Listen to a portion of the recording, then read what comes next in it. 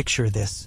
You're walking down the cobblestone streets of M. Paris in 1925, and the air itself seems to pulse with a dangerous kind of magic.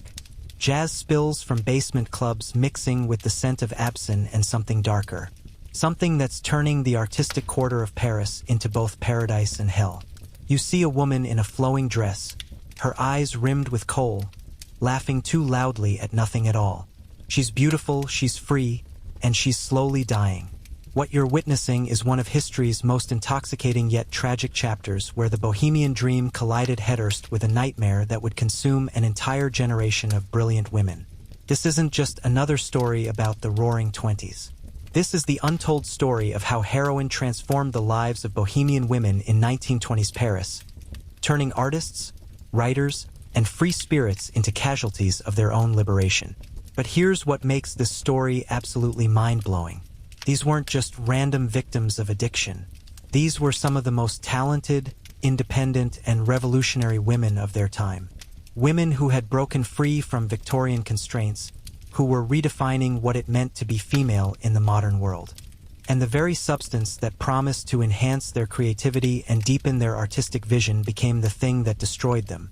You're about to discover why 1920s Paris became ground zero for what historians now call the first modern heroin epidemic, and how the women who thought they were living their most authentic lives were actually walking straight into a trap that would define the dark side of the Jazz Age forever.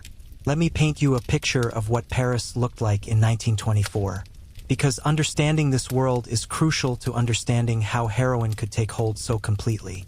The Great War had ended just 6 years earlier, leaving behind a generation that had witnessed unimaginable horror. The old world was dead, and in its place emerged something entirely new, something that rejected every traditional value their parents had held sacred. Paris in the 20s wasn't just a city. It was a magnet for every creative soul who wanted to escape the suffocating conventions of their homeland. American women fled prohibition and Puritan morality. British women escaped the rigid class system. Russian immigrants brought their own brand of artistic intensity. And French women, well, they were discovering that they could finally live like men had always lived, with freedom, passion, and absolutely no apologies. The Bohemian quarters of Montaigne and Matt had become these incredible melting pots where nationality, class, and gender seemed almost irrelevant. What mattered was your art, your passion, your willingness to live authentically. Women could smoke in public. They could drink. They could have lovers without shame. They could support themselves through their creativity. It was intoxicating in the most literal sense. But here's where the story takes its first dark turn. In this world where boundaries were constantly being pushed, where experimentation was not just accepted, but celebrated, drugs weren't seen as dangerous substances to be avoided. They were seen as tools for artistic exploration, ways to access deeper levels of consciousness and creativity. Opium had been the drug of choice for bohemians since the late 1800s. Writers like Charles Baudelaire had romanticized it, and opium dens were scattered throughout Paris, often disguised as innocent tea houses or artist studios. But opium was expensive, time-consuming to prepare, and required specific equipment. What these women didn't realize was that something far more dangerous was about to flood their world. Heroin had been invented in 1874 by a German chemist working for Bayer, the same company that gave us aspirin. It was originally marketed as a cough suppressant and pain reliever, supposedly safer than morphine.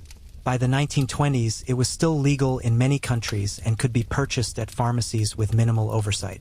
In Paris, with its relaxed attitude toward personal freedom and its thriving black market connections, heroin became incredibly easy to obtain. And this is where we need to understand something crucial about the women who became caught up in this epidemic. These weren't desperate addicts living on the streets.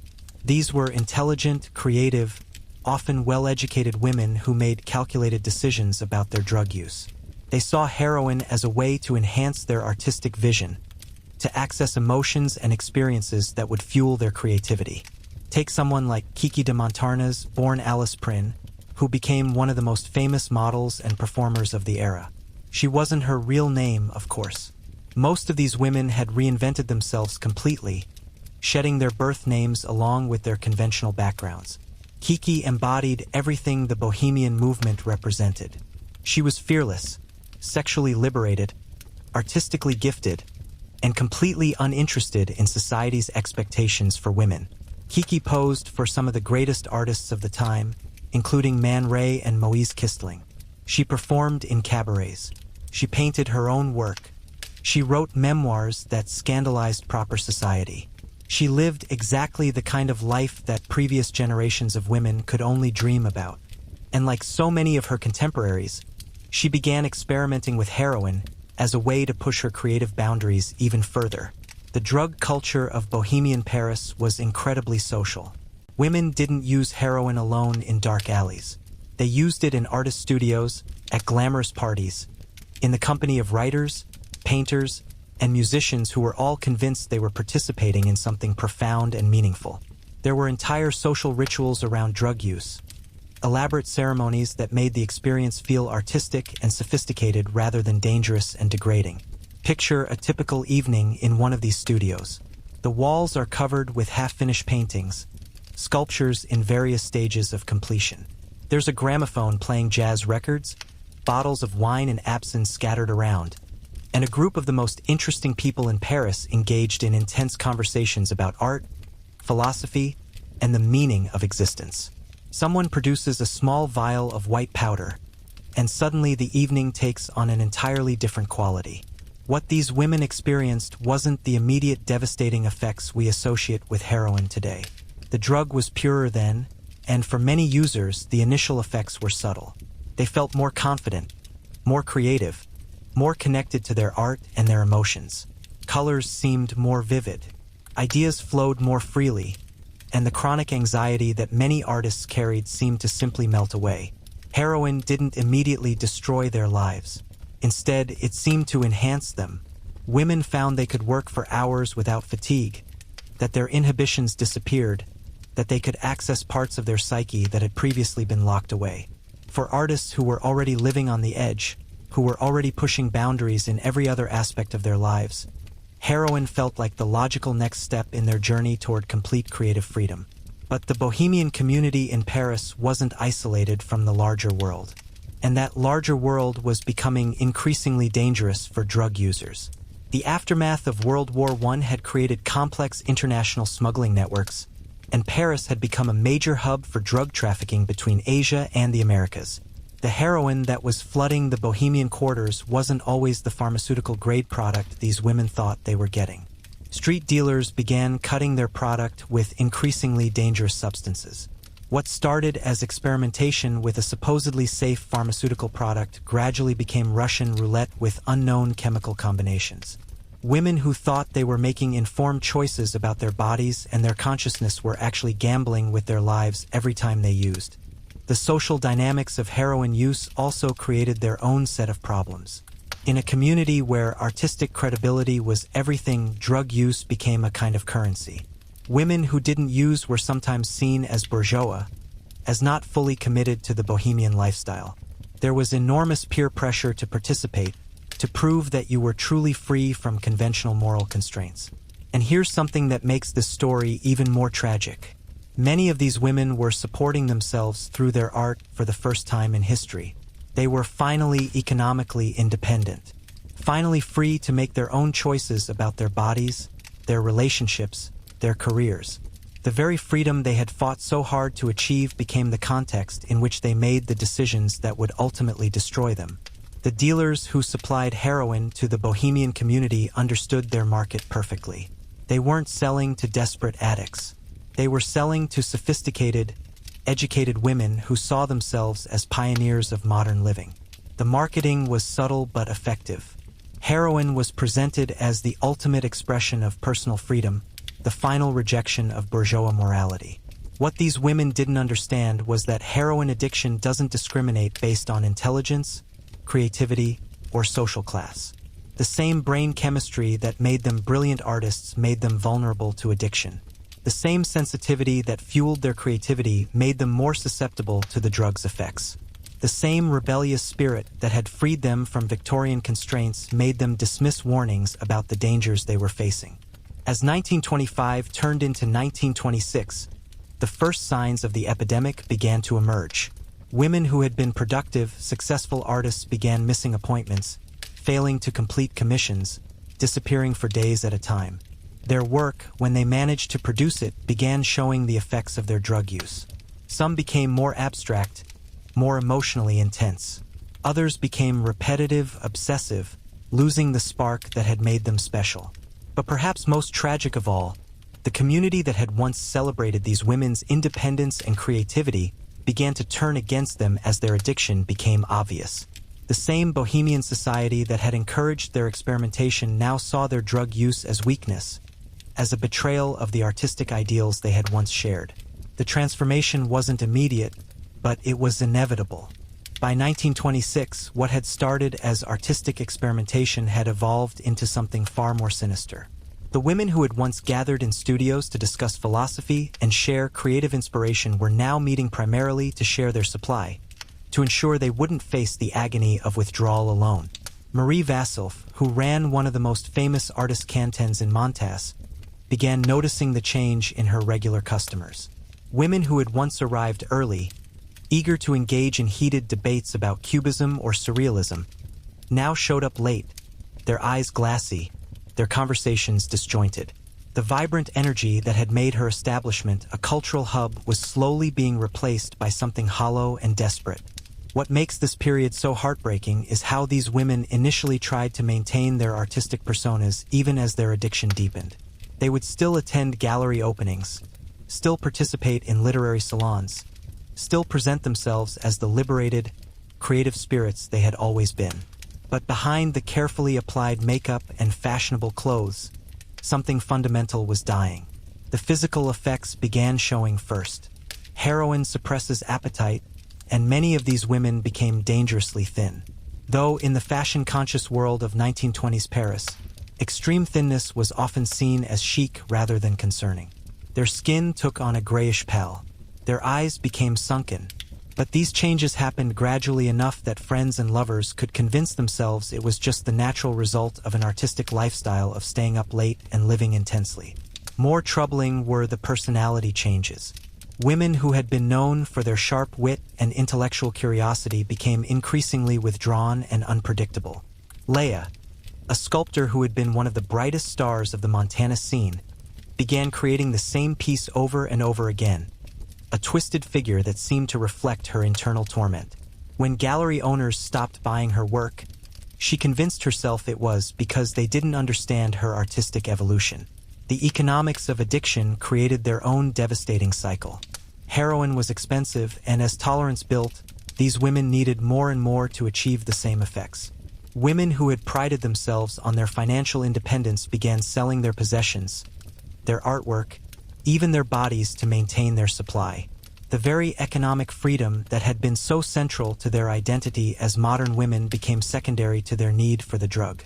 But perhaps the most insidious aspect of heroin addiction in this community was how it isolated women from the support systems that might have helped them recover.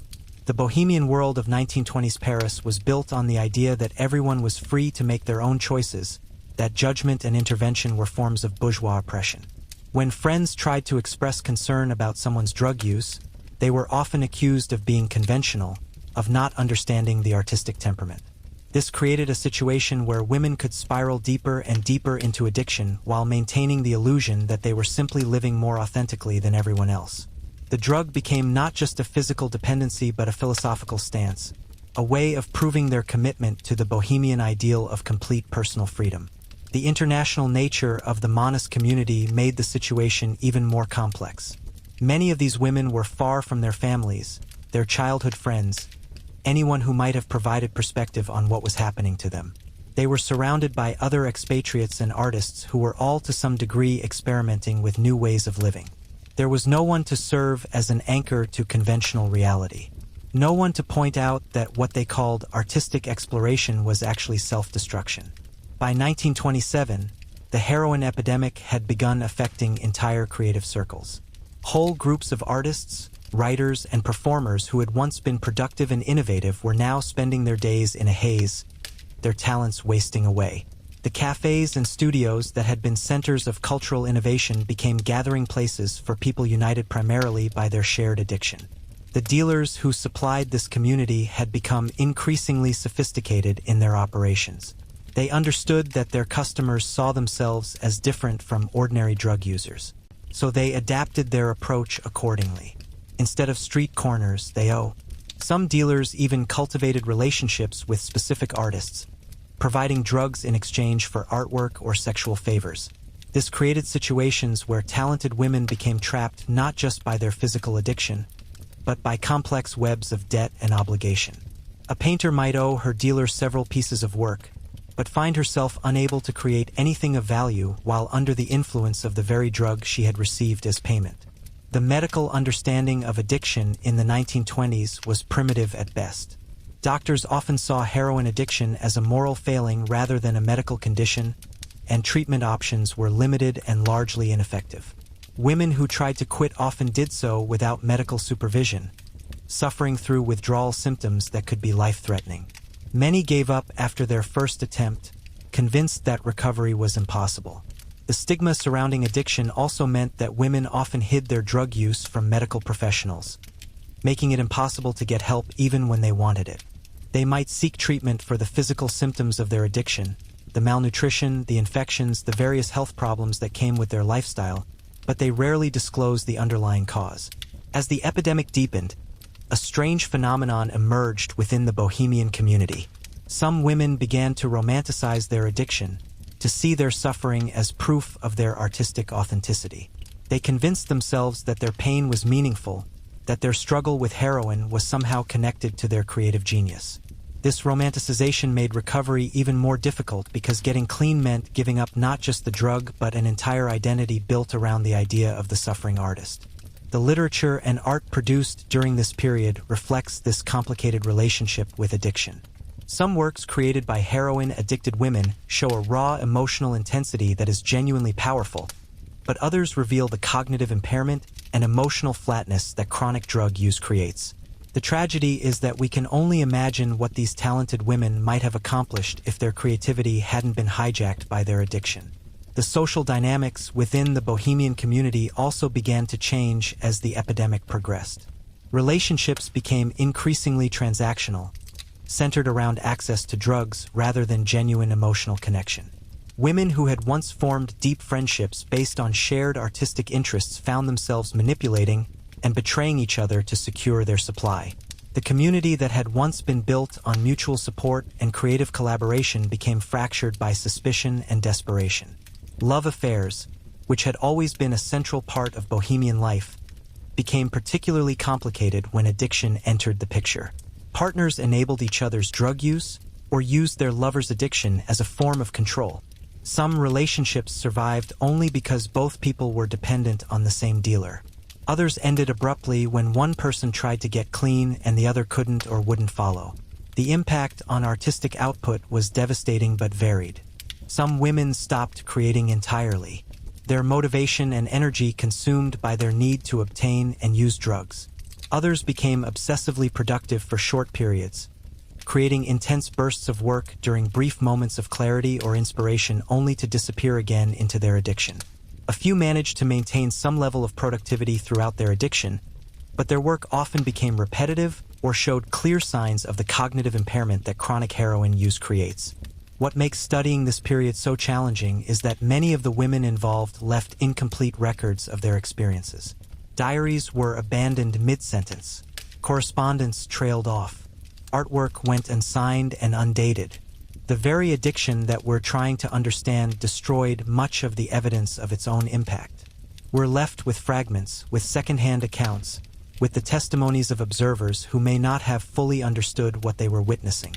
The response of the broader Parisian society to this epidemic was complex and often contradictory.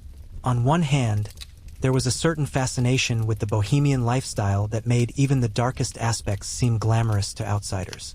Newspapers wrote sensational stories about the decadent artists of Monis, often focusing more on the exotic details of their lifestyle than on the human tragedy of their addiction. On the other hand, there was growing concern among government officials and medical professionals about what they saw as a public health crisis. Police began conducting raids on known gathering places. But these efforts were often ineffective because the women involved were skilled at avoiding detection, and because many of them had connections to influential patrons who protected them from serious legal consequences. What's particularly striking about this period is how the women themselves rationalized their continued drug use even as its destructive effects became undeniable. They developed elaborate philosophical justifications for their addiction, claiming that society's concern was simply an attempt to control them, to force them back into conventional roles they had rejected. This intellectual framework made it incredibly difficult for them to recognize when experimentation had become dependency and when dependency had become destruction. The international drug trade that supplied Paris in the 1920s was far more sophisticated than most people realized. Heroin was being manufactured in clandestine laboratories across Europe and Asia, then smuggled through complex networks that often involved corrupt officials, international shipping companies, and even diplomatic pouches. The women buying drugs in Marna studios were the end consumers in a global enterprise that generated enormous profits for people they would never meet. Some of the most heartbreaking stories from this period involve women who tried repeatedly to quit but found themselves trapped by the social and economic realities of their situation. Moreau, a painter from Chicago who had come to Paris to study at the École de Beaux-Arts, made several attempts to return to America and start fresh. But each time she tried to leave, she discovered that her addiction had made it impossible for her to function in the conventional world she had originally fled. The withdrawal symptoms were only part of the problem.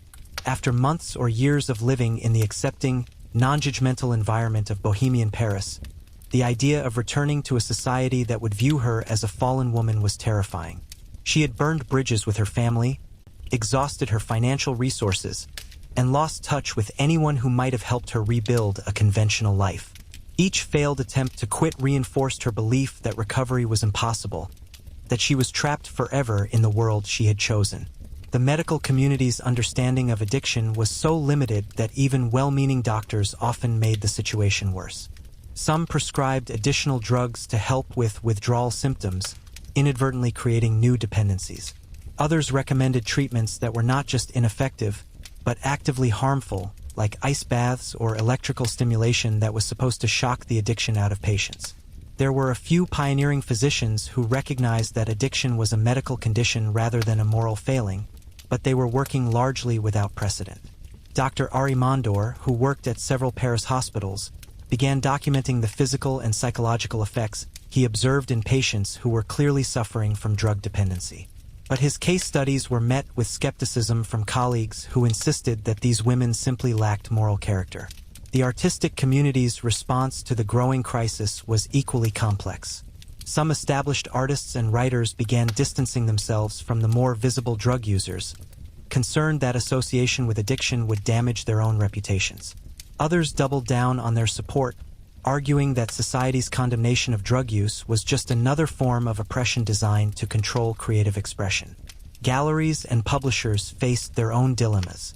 Should they continue to buy work from artists whose addiction was becoming obvious? Should they intervene when talented women were clearly destroying themselves? Should they refuse to enable the addiction by cutting off a source of income, even if that meant the artist might turn to more desperate means of supporting their habit? Some art dealers' elaborate systems for managing their relationships with addicted artists. They would hold payments in trust, releasing small amounts at regular intervals to prevent the artist from spending everything on drugs at once. Others would pay in kind, providing food, rent, or art supplies rather than cash. But these well-intentioned efforts often backfired, creating resentment and driving artists to find dealers who would pay in cash without conditions. The evolution of the drug trade itself during this period reveals how quickly criminal enterprises adapt to their markets. As demand grew among the Bohemian community, dealers began specializing in serving this particular clientele. They learned to present their product as higher quality, purer, more suitable for sophisticated users. They developed relationships with specific artists and writers, becoming almost like patrons who happened to deal in drugs rather than conventional art supplies. Some dealers even began commissioning work from their addicted customers, creating a perverse art market where creativity was directly tied to drug dependency. A painter might create a piece specifically to trade for heroin, knowing that her addiction would eventually force her to accept whatever terms the dealer offered. This created a downward spiral where artistic talent became increasingly devalued as addiction deepened. The international nature of the Monas community also meant that news of the epidemic spread to other artistic centers around the world. Letters from addicted artists to friends and family back home often glossed over the reality of their situation, instead emphasizing the excitement and freedom of Bohemian life. This inadvertently encouraged more young women to come to Paris, unaware of the dangers they would face. American newspapers began running sensational stories about the decadent artists of Paris, often focusing on the drug use and sexual freedom of expatriate women. These articles were intended as warnings, but they often had the opposite effect, making Bohemian life seem even more appealing to young women who felt trapped by conventional expectations in their home countries. The impact on specific artistic movements was profound and lasting. The Surrealist movement, which was just emerging during this period, was particularly affected by the heroin epidemic. Several women who might have become major figures in Surrealism either died young from their addiction or became too impaired to continue working at a high level. We can only speculate about how different the movement might have been if these voices hadn't been silenced by drugs. The relationship between heroin use and creative output was more complex than simple cause and effect. Some women produced their most emotionally powerful work while struggling with addiction, channeling their pain and desperation into art that resonated with raw authenticity. But for every piece that gained power from the artist's suffering, there were dozens of others that showed the cognitive impairment, the loss of technical skill, the emotional flatness that chronic drug use creates. Photography from this period provides some of the most haunting documentation of the epidemic's progression. Early photos of Bohemian gatherings show vibrant, energetic women engaged in animated conversations, their eyes bright with intelligence and passion. Photos from just a few years later show the same women transformed, their faces gaunt, their eyes vacant, their postures suggesting exhaustion and defeat. But perhaps the most tragic aspect of this entire story is how preventable much of it was. The heroin that flooded Paris in the 1920s wasn't an inevitable natural disaster. It was the result of specific policy decisions, law enforcement failures, and social attitudes that prioritized individual freedom over community responsibility. The women who became addicted weren't victims of their own moral weakness. They were casualties of a society that failed to protect them from dangers they couldn't have anticipated. The Bohemian ideal of complete personal freedom, which had liberated these women from Victorian constraints and allowed them to pursue their artistic dreams, contained within it the seeds of its own destruction. Without any social safety net, without any recognition that individual choices occur within larger systems that can either support or undermine personal agency, the very freedom that had seemed so liberating became a trap. As 1928 approached, the heroin epidemic in Bohemian Paris had begun to change the character of the artistic community fundamentally. What had started as a vibrant creative environment where women could reinvent themselves had become something much darker. A place where talent was regularly sacrificed to addiction and where the promise of artistic freedom had curdled into a different kind of bondage entirely. The women who survived this period, who managed to overcome their addiction or avoid it altogether, often spoke later about the strange duality of those years. They had experienced both the highest highs of creative freedom and the lowest lows of human degradation, sometimes within the same day, sometimes within the same hour. They had seen what was possible when women were truly free to pursue their artistic visions. And they had also seen how quickly that freedom could be corrupted by forces beyond their control. The story of Bohemian women during the heroin craze of 1920s Paris is ultimately a story about the price of liberation, about the complex relationship between personal freedom and social responsibility, about the tragic gap between artistic dreams and human limitations. It's a story that reveals both the incredible potential of women when freed from conventional constraints and the devastating consequences when that freedom exists without adequate support or protection. The dealers who profited from this epidemic understood something that the women themselves were only beginning to grasp. Addiction doesn't announce itself with fanfare. It creeps in quietly, disguised as artistic enhancement, as creative necessity, as personal choice. By 1928, what had started as weekend experimentation had become daily ritual for hundreds of women across the artistic quarters of Paris. But here's where the story becomes even more devastating. These women didn't just lose their ability to create art. They lost their ability to recognize what they were losing. Heroin has this insidious quality where it convinces users that they're functioning normally even as their world collapses around them. A painter would spend hours arranging her brushes in perfect order, convinced she was preparing for a masterpiece, never noticing that she hadn't actually painted anything in weeks.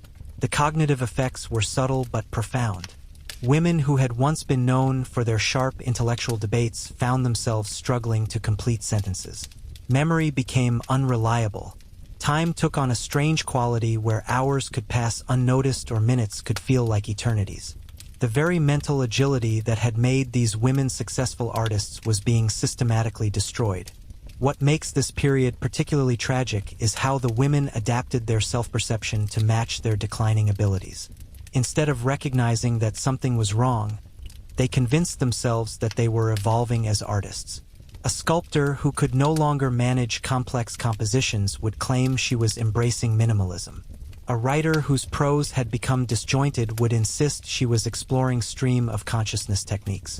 The social dynamics within the Bohemian community created what we would now recognize as a classic enablement system.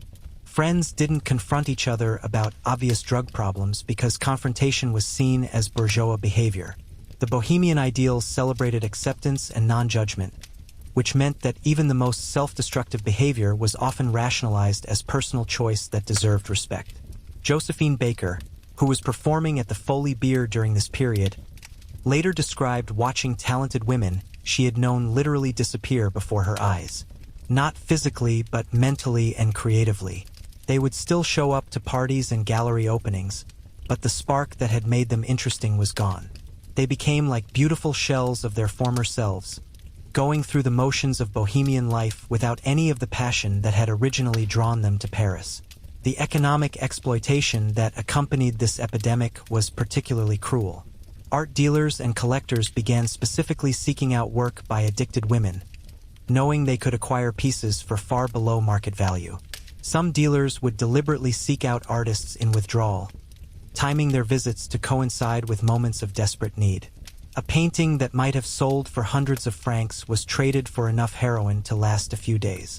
This created a perverse art market where addiction actually increased demand for certain artists' work, but only because their desperation made them willing to accept exploitative prices. Collectors would boast about acquiring authentic bohemian art without acknowledging that the authenticity they prized came from genuine human suffering. The international connections that had made Paris such an attractive destination for artists also made the drug trade more sophisticated and dangerous. By 1928, heroin was arriving in Paris through multiple routes, from laboratories in Germany and Eastern Europe through ports in Marseilles and La Havre via networks that connected to similar operations in New York, London, and Shanghai. The women buying drugs in Mana Studios were participating in a global criminal enterprise they barely understood. Some of the most heartbreaking documentation from this period comes from letters that addicted women wrote to family members back home. These letters reveal the internal struggle between their awareness that something was terribly wrong and their inability to break free from the cycle they had entered. A typical letter might begin with enthusiasm about recent artistic projects and social events, then gradually reveal underlying desperation as the writer asks for money or makes excuses for missed correspondence. The physical deterioration that accompanied long-term heroin use was impossible to hide indefinitely. Despite the fashion trends that seemed designed to camouflage the effects, the extreme thinness that was stylish in the 20s could mask dangerous weight loss for months. Heavy makeup could hide the gray palette that came with chronic drug use. But eventually, the damage became too obvious to ignore. Dental problems were among the first visible signs that something was seriously wrong. Heroin suppresses saliva production, leading to rapid tooth decay that no amount of cosmetics could conceal. Women who had prided themselves on their appearance found themselves covering their mouths when they laughed, avoiding close conversations, gradually withdrawing from the social interactions that had once been central to their identity. The impact on romantic relationships was particularly devastating because love affairs were such an integral part of bohemian culture. Partners often introduced each other to drugs, thinking they were sharing an intimate experience. But addiction changed the fundamental dynamic of relationships. turning love into dependency and passion into desperation. Some couples spiraled down together, their relationship becoming defined entirely by their shared need for drugs. Others found that addiction drove them apart as one partner's drug use accelerated beyond the other's comfort level or ability to keep up financially. Many relationships ended abruptly when one person tried to quit and discovered that their partner's drug use made recovery impossible. The medical community's response to the growing crisis was hampered not just by a limited understanding of addiction, but by class and gender prejudices that prevented doctors from taking their patients seriously. When a Bohemian woman sought medical help, doctors often assumed she was exaggerating her symptoms for attention or trying to manipulate them into prescribing more drugs. Female physicians were rare in the 1920s Paris, and the male doctors who treated addicted women often viewed them through a lens of moral judgment that made effective treatment impossible. They saw these women as fallen creatures who had brought their problems on themselves rather than as patients suffering from a medical condition that required compassionate care. The few doctors who did try to help often made the situation worse through well-intentioned but misguided interventions. Some prescribed other addictive substances as substitutes, creating multiple dependencies. Others recommended treatments like prolonged bed rest or change of scenery that addressed none of the underlying psychological and physical aspects of addiction. Dr. Paul Solier, who ran a private clinic in Boulogne-Swan, was one of the first physicians in France to recognize that addiction required specialized treatment rather than moral condemnation. His case notes from this period reveal the complexity of treating patients who were simultaneously suffering from chemical dependency, malnutrition, various infections, and profound psychological trauma from the lifestyle their addiction had forced them into. What emerges from Solier's records is a picture of intelligent, creative women who had become trapped in a cycle they couldn't understand, much less break. Many of his patients could articulate exactly what drugs were doing to their lives, but they couldn't stop using them.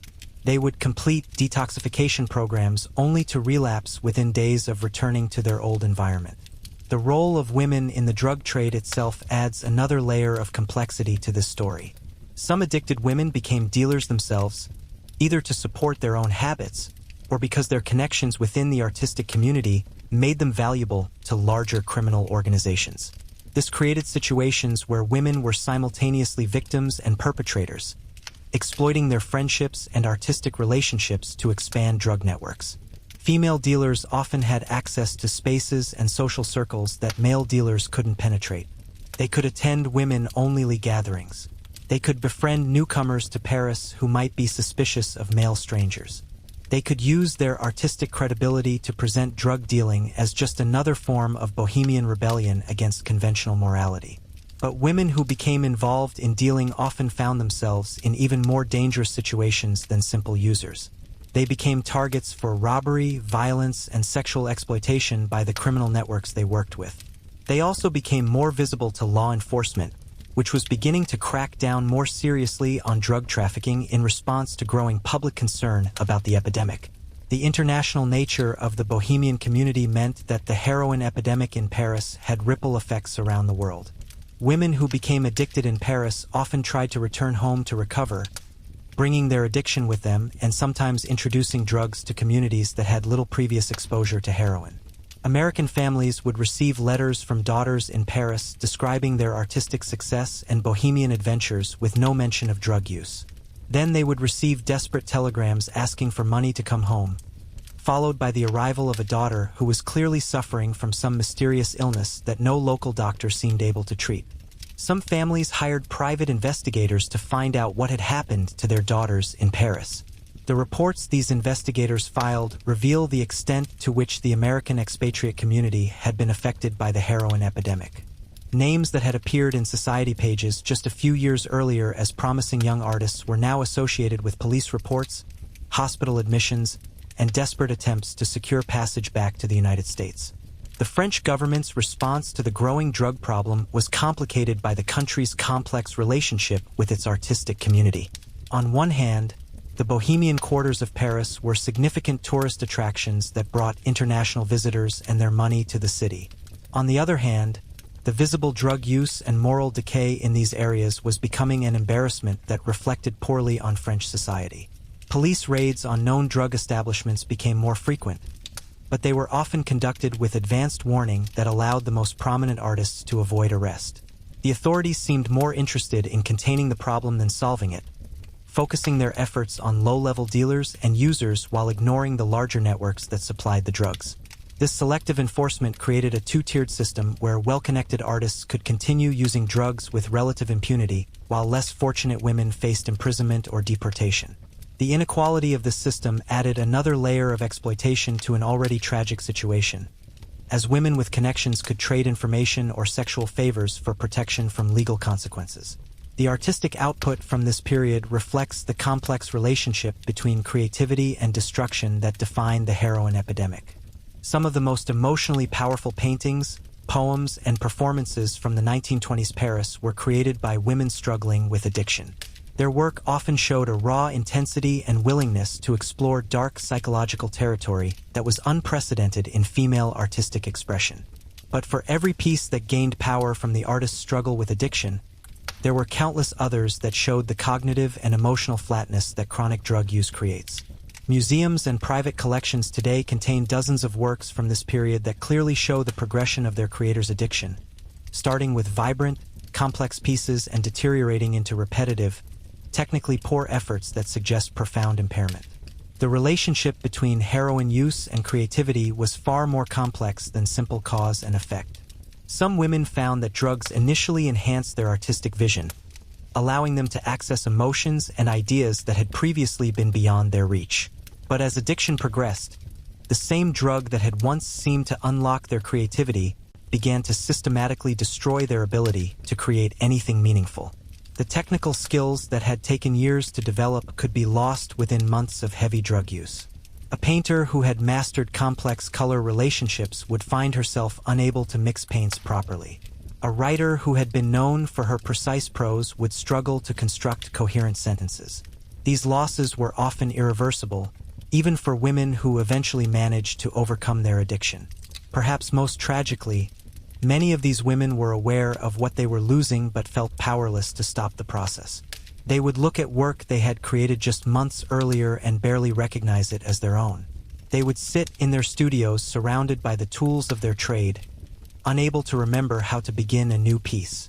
The gap between their artistic ambitions and their diminished abilities became a source of additional psychological trauma that often drove them deeper into drug use. The social support systems that might have helped these women were systematically destroyed by the epidemic itself. Friendships became transactional, centered around access to drugs rather than genuine emotional connection. Romantic relationships turned into mutual enablement pacts. The artistic community that had once provided encouragement and constructive criticism became a network of addicts who reinforced each other's self-destructive behavior. Women who tried to quit often found themselves completely isolated from the only social world they knew.